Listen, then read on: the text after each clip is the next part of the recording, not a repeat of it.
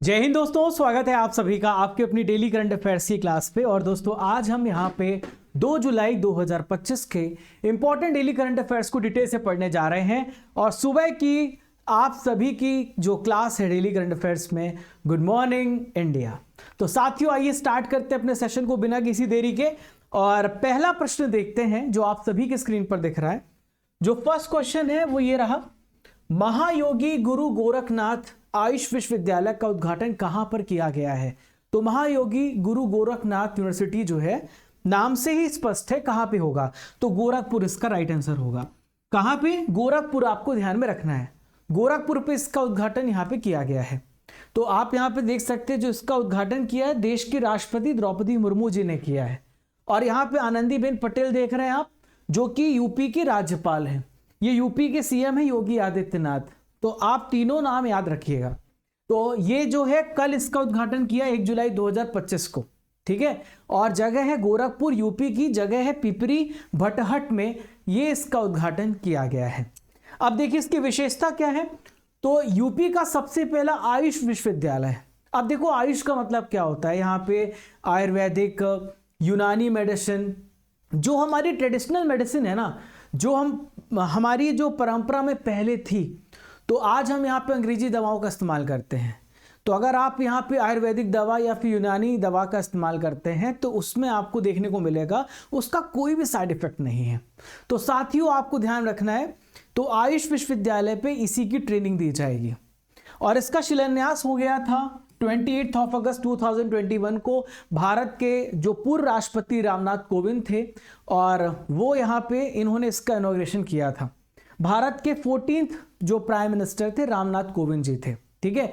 तो इसमें जो टोटल कॉस्ट आई है वो 267.50 करोड़ रुपए यहाँ पे कॉस्ट आई है। और यहाँ पर उद्देश्य क्या है, जो आयुष चिकित्सा पद्धति है जिसके बारे में मैं आपको बता रहा था, A for Ayurveda, Y for yoga, U for यूनानी और S फॉर सिद्धा। और यहाँ पे जो H लिखा हुआ है ये होम्योपैथी। तो ये पुराने ज़माने से मौजूद है, लेकिन आज अंग्रेजी दवाओं का इस्तेमाल होता है जिसका बहुत साइड इफेक्ट होता है। और यहाँ पर ये जड़ से बीमारियों को ख़त्म करता है आयुष चिकित्सा पद्धति। तो विश्वविद्यालय का जो नाम है वो नाथ पंथ के जो प्रवर्तक है गुरु गोरखनाथ, जो कि आयुष चीज़ों पे, मतलब जो आयुष मेडिसिन, आयुष उपचार पे बिलीव करते हैं, उनके नाम पर रखा गया है। आइए देखते हैं दूसरा महत्वपूर्ण प्रश्न। ये अंतर्राष्ट्रीय खबर है और बहुत ही महत्वपूर्ण है आप सभी के लिए, और ये करंट अफेयर्स बहुत इंपॉर्टेंट हो सकता है। अभी रिसेंटली में हमारे देश के प्रधानमंत्री मोदी जी बिम्स्टेक सम्मेलन के लिए थाईलैंड गए थे और पाइतोंग तान शिनवात्रा काफी ज्यादा चर्चा में थी। तो किस देश की प्राइम मिनिस्टर थी जिनको अभी न्यायालय ने पद से सस्पेंड कर दिया है। अब क्यों सस्पेंड किया है, ये बड़ा कारण है जानने के लिए। तो Paetongtarn Shinawatra was the prime minister of which country who has been suspended from office by the court. तो देखिए ये थाईलैंड की प्राइम मिनिस्टर थी जिनको अभी रिसेंटली में सस्पेंड किया गया। भाई कारण को समझते हैं, पहले आप इनकी तस्वीर देख लीजिए। तो अभी रिसेंटली में बिम्स्टेक सम्मेलन जो हुआ है वो थाईलैंड में हुआ था इस साल का। अगला बिम्स्टेक सम्मेलन बांग्लादेश में होने जा रहा है, ठीक है। तो थाईलैंड की जो कॉन्स्टिट्यूशनल कोर्ट है यानी संवैधानिक न्यायालय है वहां पे, तो प्राइम मिनिस्टर पाइतोंग शिनवात्रा को इन्होंने सस्पेंड कर दिया है इनकी पोस्ट से। अब इसके पीछे जो कारण है वो ये है कि जो कंबोडिया के पहले प्राइम मिनिस्टर थे हुन सेन, इन्होंने उनसे बातचीत करी और बातचीत के दौरान देश के जो सबसे सीनियर कमांडर हैं उनको इन्होंने विरोधी बताया था, कहा कि वो उनके विरोधी हैं। जब ये बात लीक हुई, जब ये बात देश के पास पहुंची, तो उसके बाद संवैधानिक न्यायालय ने निर्णय लिया कि इनको सस्पेंड कर दिया जाए। तो during the Thai Prime Minister Shinawatra has a phone conversation with former Cambodian Prime Minister Hun Sen and he called his own country senior commander and adversary, या आप कह सकते दुश्मन है, विरोधी है, ठीक है। अब इस घटना के बाद यहाँ पे फैसला किया गया कि जो पाइतोंग शिनवात्रा है वो यहाँ पे प्राइम मिनिस्टर नहीं रहेगी। उनके खिलाफ बहुत ज़्यादा प्रोटेस्ट हुआ। तो यहाँ पे जो डिप्टी प्राइम मिनिस्टर थे इनका नाम है फूमथाम वेचायाचाई। तो इनको अभी रिसेंटली में दोस्तों as a acting prime minister appoint किया गया, जब तक कि नया प्राइम मिनिस्टर नहीं चुन लिया जाता है, अपॉइंट कर लिया जाता है। अब देखिए बात यहां पे थाईलैंड की आई है। तो मैं आपको थाईलैंड की पूरी लोकेशन बताऊंगा, थाईलैंड कहां पर है, कैसे है, सब कुछ बताऊंगा। तो मैप में देखो, तो भारत का पड़ोसी देश म्यांमार है और म्यांमार से लगा थाईलैंड है। इधर आप देखो तो इधर आपको लाओस देखने को मिलेगा, थाईलैंड से लगा कंबोडिया है और इधर आपको वियतनाम देखने को मिलेगा। यहाँ पे गल्फ ऑफ थाईलैंड है, ये अंडमान सागर है और ये साउथ चाइना सी है और थाईलैंड से लगा मलेशिया है। समझ गए आप? तो थाईलैंड लोगों का सपना होता है थाईलैंड पहुंच जाए तो मतलब उनको मोक्ष मिल सकता है। आपने सुना होगा अपने दोस्तों से भी। तो थाईलैंड को पहले सियाम के नाम से जाना जाता था। थाईलैंड की कैपिटल क्या है दोस्तों? बैंकॉक है। थाईलैंड की करेंसी क्या है? बहत है। और अभी यहाँ पे एक्टिंग प्राइम मिनिस्टर फूमथाम बेचायाचाई को बनाया गया है पाइथोन श्रीवात्रा के स्थान पर। आइए बढ़ते तीसरे महत्वपूर्ण प्रश्न की तरफ। क्वाड ने समुद्री सुरक्षा को बढ़ावा देने के लिए कौन सा मिशन अभी हाल ही फिलहाल में स्टार्ट किया गया है? तो क्वाड यहाँ पे 4 देशों का समूह है, जापान, अमेरिका, ऑस्ट्रेलिया और इंडिया। तो इन 4 देशों के समूह ने यहाँ पे फैसला किया है कि वो यहाँ पे समुद्री पर्यवेक्षक मिशन स्टार्ट करेंगे, यानी मैरीटाइम ऑब्जर्वर मिशन। एक आपको याद होगा करंट अफेयर मैंने आपको पढ़ाया था, मून शॉट पहल। तो मून शॉट पहल को किसने स्टार्ट किया था? क्वाड ने स्टार्ट किया था, जो कि महिलाओं में सर्वाइकल कैंसर, बच्चादानी कैंसर जो होता है उसको ठीक करने के लिए वैक्सीन लगाने की बात कही गई थी। तो क्वाड आप यहां पर देख सकते हैं कि यहां पे समुद्री सुरक्षा को और मजबूत करने के लिए पहली बार ये first ever time observer mission यहां पे बना रहे हैं ताकि मैरीटाइम सेफ्टी को और अच्छा किया जा सके। तो जो क्वाड देश के जितने भी कोस्ट गार्ड हैं, जैसे हमारी इंडियन कोस्ट गार्ड है, वैसे अमेरिका की कोस्ट गार्ड, वैसे ऑस्ट्रेलिया की कोस्ट गार्ड, तो ये सब मिल करके यहाँ पे समुद्री तैनाती यहाँ पे होगी और पहली बार जॉइंट मैरीटाइम यहाँ पे डिप्लॉयमेंट किया जाएगा क्वाड देशों के द्वारा। तो मिशन का नाम है क्वाड एट सी शिप ऑब्जर्वर मिशन। 4 देश इसमें शामिल होंगे, Bharat, America, Japan, Australia. Actually जो क्वाड बनाया गया चाइना को काउंटर करने के लिए बनाया गया है, चाइना को रोकने के लिए बनाया गया है। तो ये उद्देश्य क्या है? समुद्री सुरक्षा और निगरानी को बढ़ाना।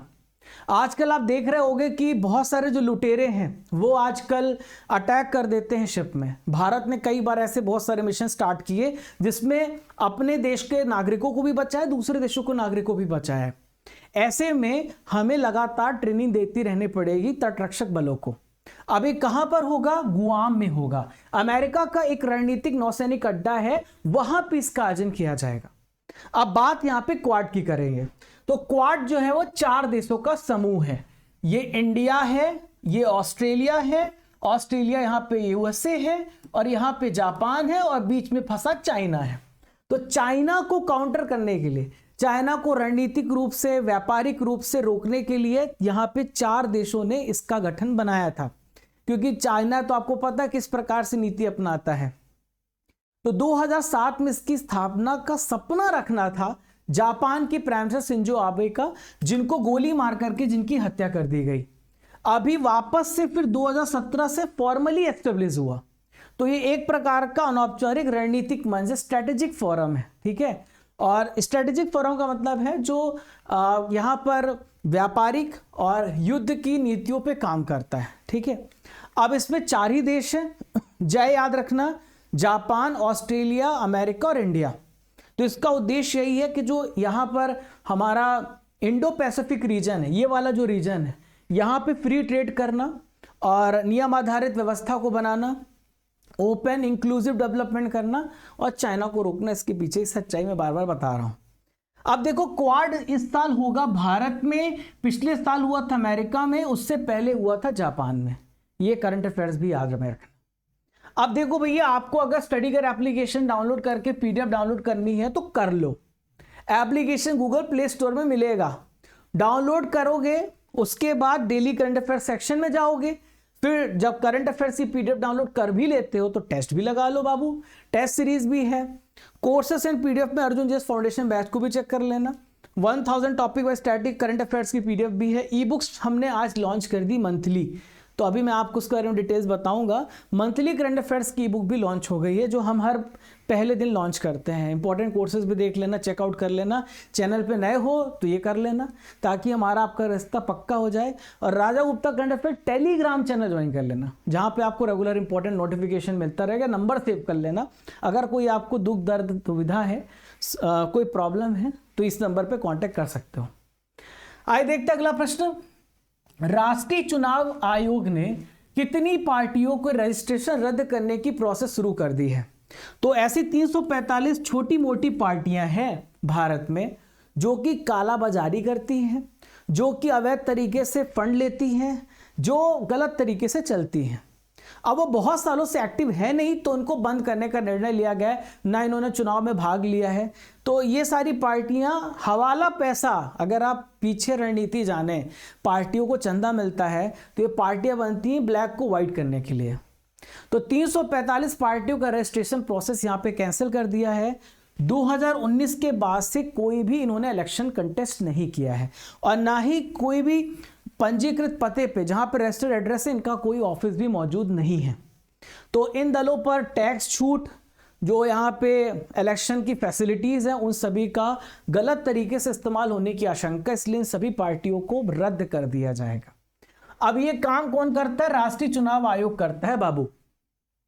तो नेशनल इलेक्शन कमीशन के बारे में हम चर्चा करेंगे। तो 25 जनवरी को नेशनल वोटर्स डे मनाते हैं, और 25 जनवरी 1950 को नेशनल इलेक्शन कमीशन की स्थापना हुई है। आर्टिकल 324 से लेकर 329 तक इसके बारे में बताया गया है, और भाग 15 में आपको देखने को मिलेगा। कॉन्स्टिट्यूशनल बॉडी है, पहले से ही संविधान में इसका वर्णन है। इसका हेडक्वार्टर न्यू दिल्ली में। ज्ञानेश कुमार अभी रिसेंटली में नए इसके चुनाव आयुक्त बने हैं, ठीक है। और लोकसभा, राज्यसभा, विधानसभा, देश के प्रेसिडेंट, वाइस प्रेसिडेंट का चुनाव कराते हैं। राज्य की पंचायतों का चुनाव नहीं कराते, वो काम स्टेट इलेक्शन कमीशन का होता है। आप देखिए, जो मुख्य चुनाव आयुक्त हैं ज्ञानेश कुमार, राजीव कुमार के स्थान पे बने हैं।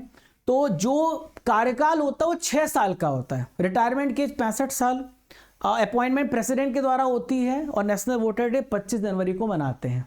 अब आइए मैं आपको भारत की जो 6 राष्ट्रीय पार्टियां हैं वो कब स्थापित हुई हैं उनको भी पढ़ा देता हूं। क्वेश्चन आता है, बीजेपी 1980 में।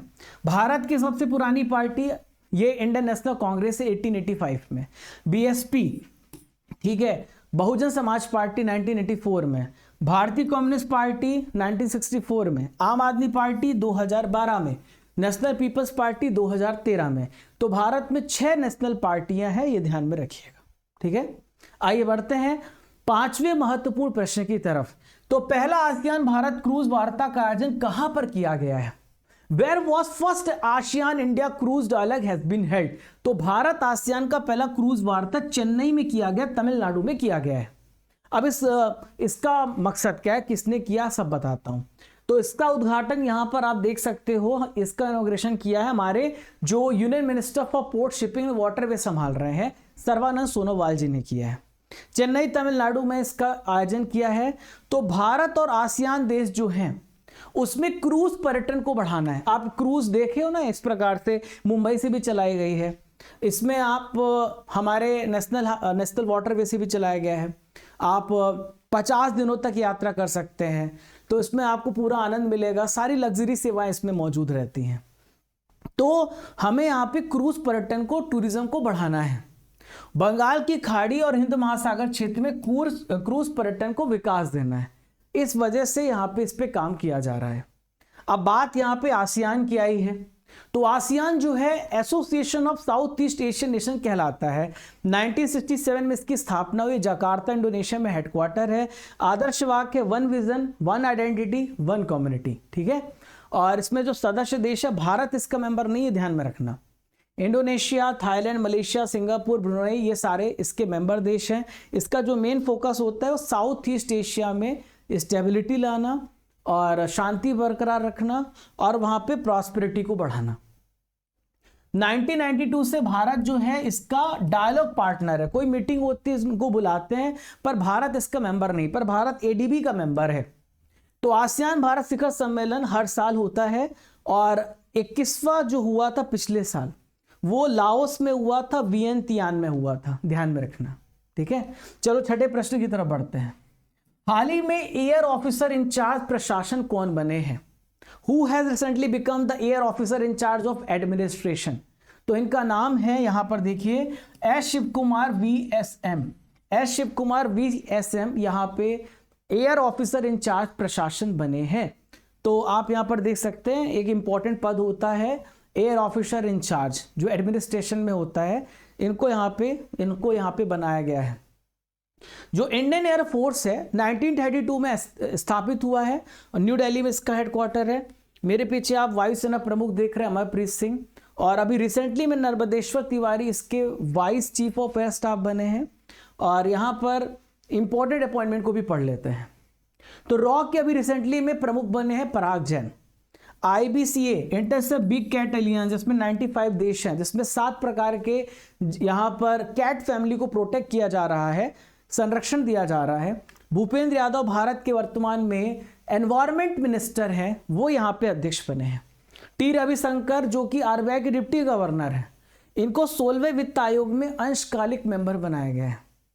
एस महेंद्र देव को PM की आर्थिक सलाहकार परिषद का अध्यक्ष बनाया गया है। ठीक है, तो आर्थिक मामलों में ये सलाह देंगे। 2017 में इसकी स्थापना हुई है आर्थिक सलाहकार परिषद की।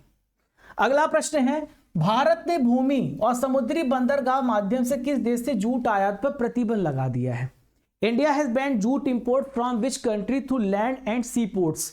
तो बांग्लादेश के साथ यहाँ पे ये हमारा बेटा निकम्मा हो गया भाई साहब। हमने इसको बनाया, अब ये बाप की बात मान नहीं रहा है। एक बेटा तो पहले से बिगड़ैल था, दूसरे बेटे को पाला पोसा बड़ा किया, अब ये बाप से ही निकम्मीगिरी कर रहा है। तो अभी आप रिसेंटली में देखो, भारत बांग्लादेश के रिश्ते उतने अच्छे नहीं चल रहे जब से शेख हसीना चली गई हैं। ठीक है, तो शेख हसीना की जगह पर जो वहाँ पे नए कार्यवाहक व्यक्ति आए, मोहम्मद यूनुस, तो लगातार भारत के खिलाफ रणनीतियां बना रहे हैं। तो भारत भी कैसे मानेगा? भारत भी बोला ठीक है भैया, तुम्हारे जूट इंपोर्ट पे बैन लगा देते हैं, हम अपने लोगों को प्रमोट करेंगे, तुम नहीं मानोगे तो हम दूसरे तरीके से मनाएंगे।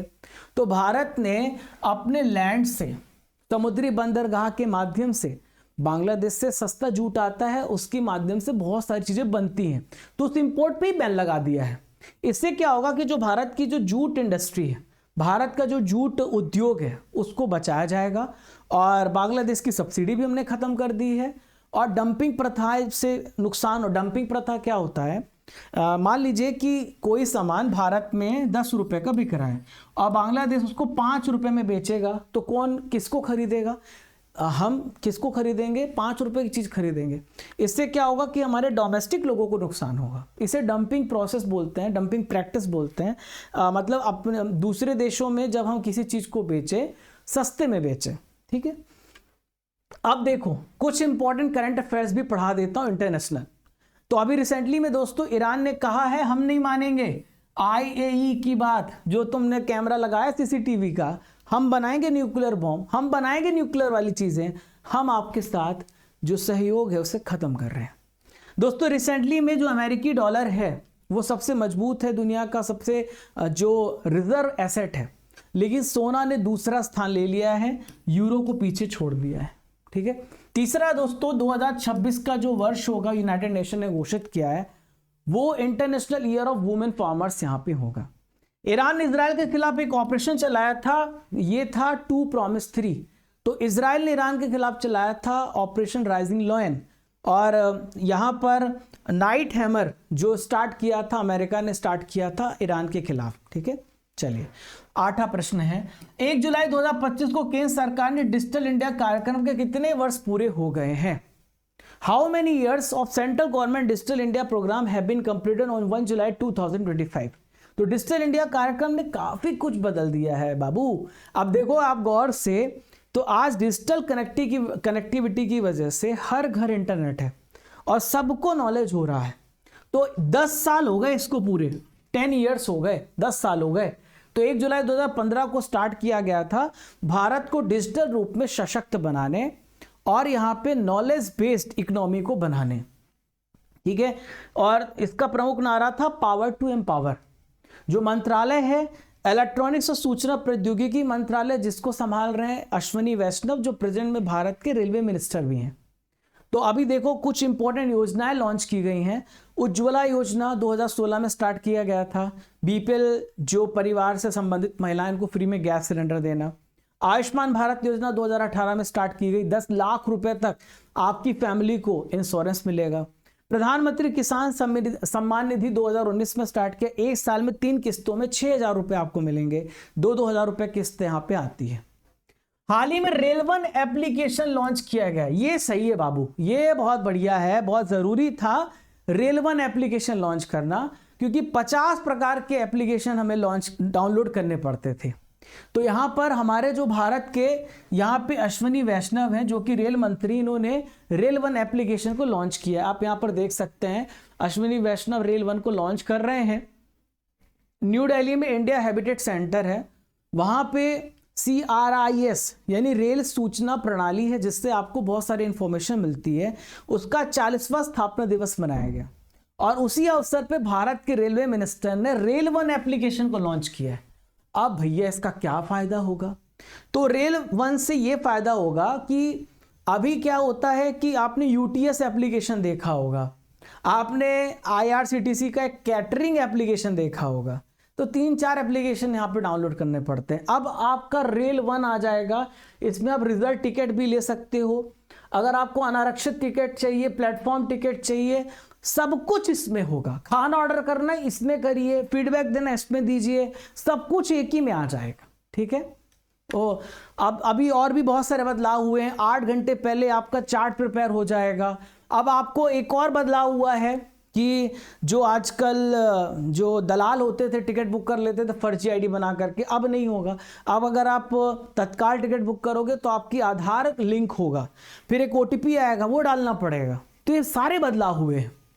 अब देखो भू भारती पोर्टल तेलंगाना ने स्टार्ट किया, इससे क्या होगा कि आपकी जमीन कहां पर है, कितनी है, सब कुछ दिख जाएगा ऑनलाइन। राष्ट्र पर मोबाइल एप्लीकेशन रक्षा मंत्रालय ने लॉन्च किया, कोई भी राष्ट्रीय फेस्टिवल हो रहा है आपको जानकारी मिल जाएगी। Flood watch India 2 point application केंद्रीय जल शक्ति मंत्रालय ने लॉन्च किया, कहां पे बाढ़ आएगी, कैसे प्रोटेक्ट करना है, बचाव कैसे करना आपको पता चल जाएगा। 10वां प्रश्न, स्टेट बैंक ऑफ इंडिया ने अपने सौर ऊर्जा मिशन के तहत किस साल तक 4 मिलियन घरों को सौर ऊर्जा से जोड़ने का फैसला किया है? तो 2027 तक यहां पे 4 मिलियन यानी 40 लाख घरों को सोलर ऊर्जा से जोड़ा जाएगा, और ये काम बैंक ही कर सकते हैं, क्योंकि बैंक वालों को पता होता है कि इस अकाउंट में कितने पैसे हैं।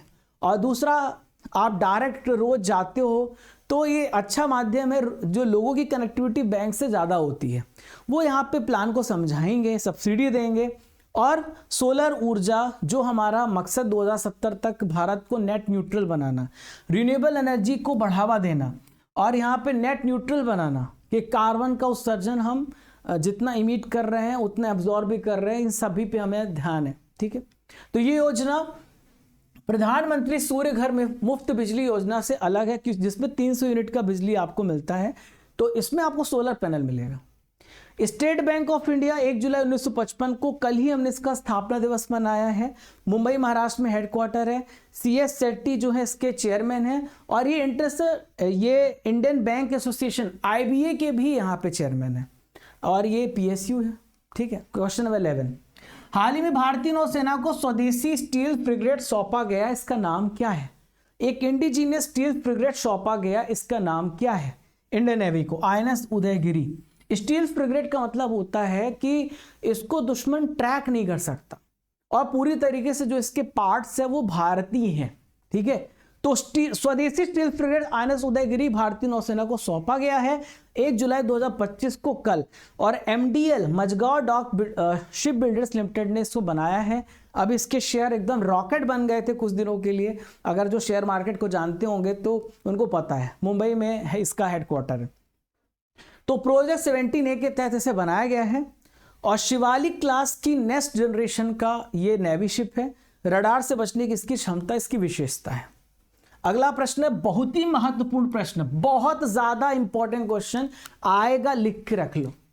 कैबिनेट ने राष्ट्रीय खेल नीति 2025 को दे दी है मंजूरी, तो किस पुरानी नीति का स्थान लेगी? लास्ट टाइम राष्ट्रीय खेल नीति 2001 में आई थी, उसके बाद से कभी आई नहीं, लगभग 24 साल हो गए। अब बदलाव किया गया है, तो 2001 को चेंज करके 2025 कर दिया गया है। ठीक है, तो मंजूरी तिथि कल हुई है 1 जुलाई 2025 को। ये नीति 2001 का स्थान ले लेगी जैसा बताया है। तो 2047 तक 5 यहाँ पे जो वैश्विक खेल हैं राष्ट्रों में शामिल करना, यहाँ पर लगातार हम इसमें परफॉर्मेंस अच्छा करें। मनसुख मंडाविया जी आप यहाँ पर देख सकते हैं, स्पोर्ट्स मिनिस्टर हैं। तो 2036 में ओलंपिक की मेजबानी भारत को यहाँ पे मिल सके, इसके लिए भी काम कर रहा है, इस खेल नीति में है।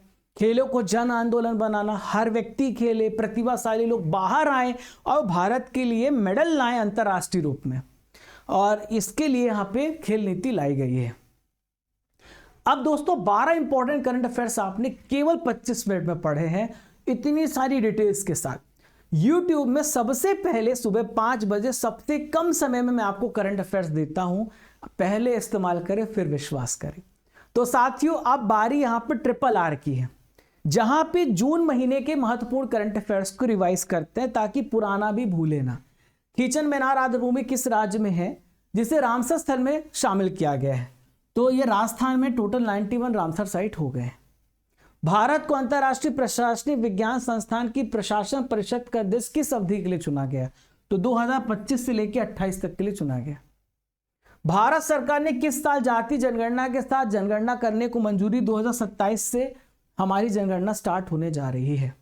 पीएम मोदी ने कहां पे चिनाब ब्रिज का उद्घाटन किया है? तो जम्मू कश्मीर में इसका उद्घाटन हुआ है। दुनिया की टॉप 10 स्टार्टअप शहर की सूची में सबसे टॉप शहर कौन सा आता है? तो अमेरिका का सैन फ्रांसिस्को सबसे टॉप में आता है।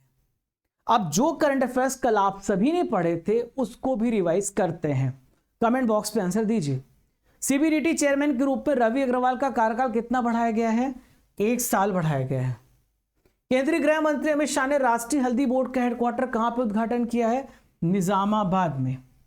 यूएस ओपन 2025 जो कि बैडमिंटन का खिताब है, किसने जीता है? आयुष शेट्टी ने। टेस्ट क्रिकेट में लागू किया गया स्टॉक क्लॉक नियम के अनुसार नया ओवर कितने सेकंड के भीतर शुरू करना होगा? 60 सेकंड के अंदर। गूगल डीप माइंड के द्वारा डेवलप किया गया एआई मॉडल का नाम क्या है? Alpha genome. किस राज्य सरकार ने किसानों के लिए हेजिंग डेस्क पहल की शुरुआत करी है? महाराष्ट्र ने। राष्ट्रीय चिकित्सक दिवस 2025 कब मनाया गया? 1 जुलाई को। एडी सिल्क किस राज्य से रिलेटेड है जिसे जीआई टैग दिया गया है? तो इसका संबंध मेघालय से। ठीक है। भारत ने हाल ही में किस खतरनाक आंखों की बीमारी को पूरी तरीके से मुक्ति पा ली है? ट्रैकोमा से। राष्ट्रमंडल संसदीय जोन 2 सम्मेलन कहां पर आयोजित किया गया? धर्मशाला में। भारत ने 5 साल से कम उम्र के बच्चों की मृत्यु दर में कितनी कमी पाई? 78%।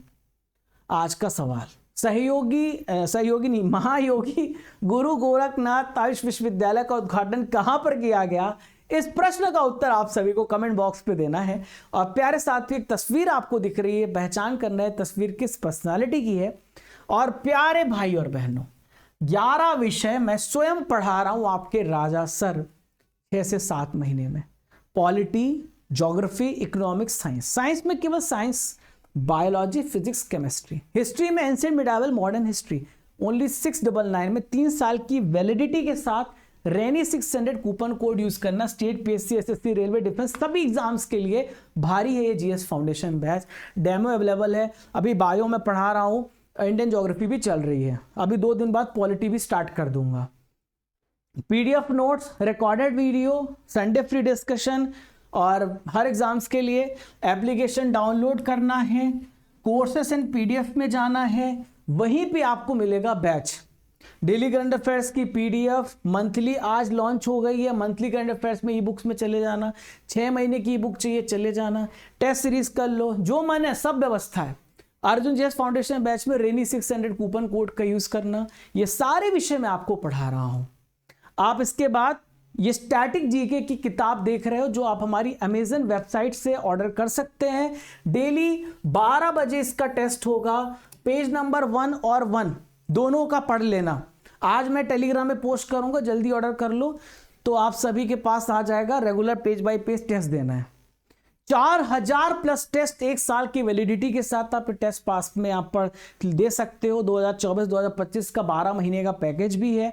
और प्यारे साथियों, यहाँ पे आप जो है जून महीने का करंट अफेयर्स की बुक आज लॉन्च हो गई है, जा करके पढ़ लेना। और ये सारे फैसिलिटीज़ आपको एप्लीकेशन पे मिल जाएगी, और डिस्क्रिप्शन बॉक्स पे, कमेंट बॉक्स पे सारा लिंक दिया गया है जहां पर आप पढ़ सकते हैं। दोस्तों शाम को 7 बजे आपको मेरे साथ जुड़ना है एसएससी के PYQ सेशन में कैरियर विल चैनल पर, और 10 मिनट सेशन पे डेली शाम को 7 बजे सबको आना है। बेहतरीन तरीके से 10 मिनट के सेशन, स्टैटिक का, करंट अफेयर्स का, PYQ सब कुछ करा रहा हूं। आइए जुड़िए डेली शाम को 7 बजे। और अभी वर्तमान में कौन क्या भी आज कराऊंगा रात को 8 बजे, तो आप सभी वहां भी अवेलेबल रहना। जय हिंद, जय भारत। जब तक तोड़ेंगे नहीं तब तक छोड़ेंगे नहीं। पढ़ते रहिए और बढ़ते रहिए। चलिए दोस्तों, मिलते हैं।